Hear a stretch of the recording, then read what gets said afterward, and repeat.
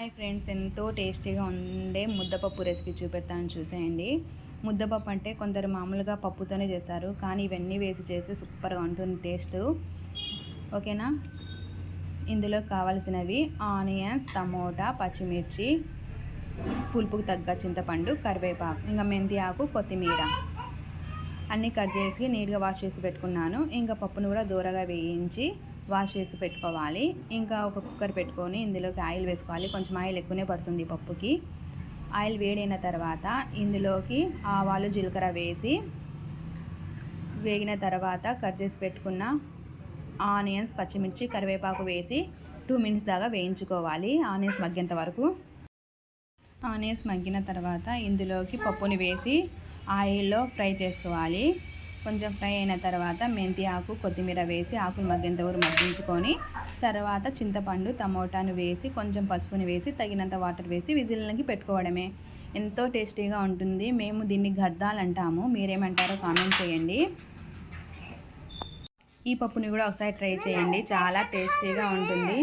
ఓకేనా? నా వీడియోస్ కనుక నచ్చితే సబ్స్క్రైబ్ చేయండి, షేర్ చేయండి, కామెంట్ చేయండి. Thank for watching. Bye. Like చేయండి. ఓకేనా? మా బాబు చెప్తా అంటే చెప్పించాను, భలే ఇష్టం తనకు. సబ్స్క్రైబ్ చేయండి చెప్పాలంటే. ఓకేనా ఫ్రెండ్స్? చాలా టేస్టీగా ఉంటుంది. ప్రతి ఒక్కరు ట్రై చేయండి, ఎలా ఉందో కామెంట్ చేయండి.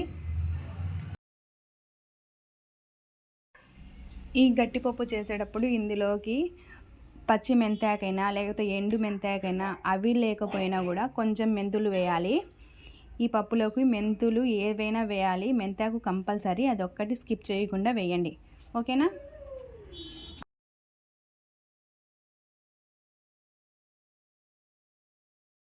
ఈ పప్పును పచ్చిమిరపకాయలతో కాకుండా ఎండు మిరపకాయలతో కూడా చేసుకోవచ్చు. అయితే కారం పొడి వేయకూడదు, ఏవైనా మిరపకాయలే వేయాలి, పచ్చిమిర్చి అయినా లేకపోతే ఎండుమిర్చి అయినా.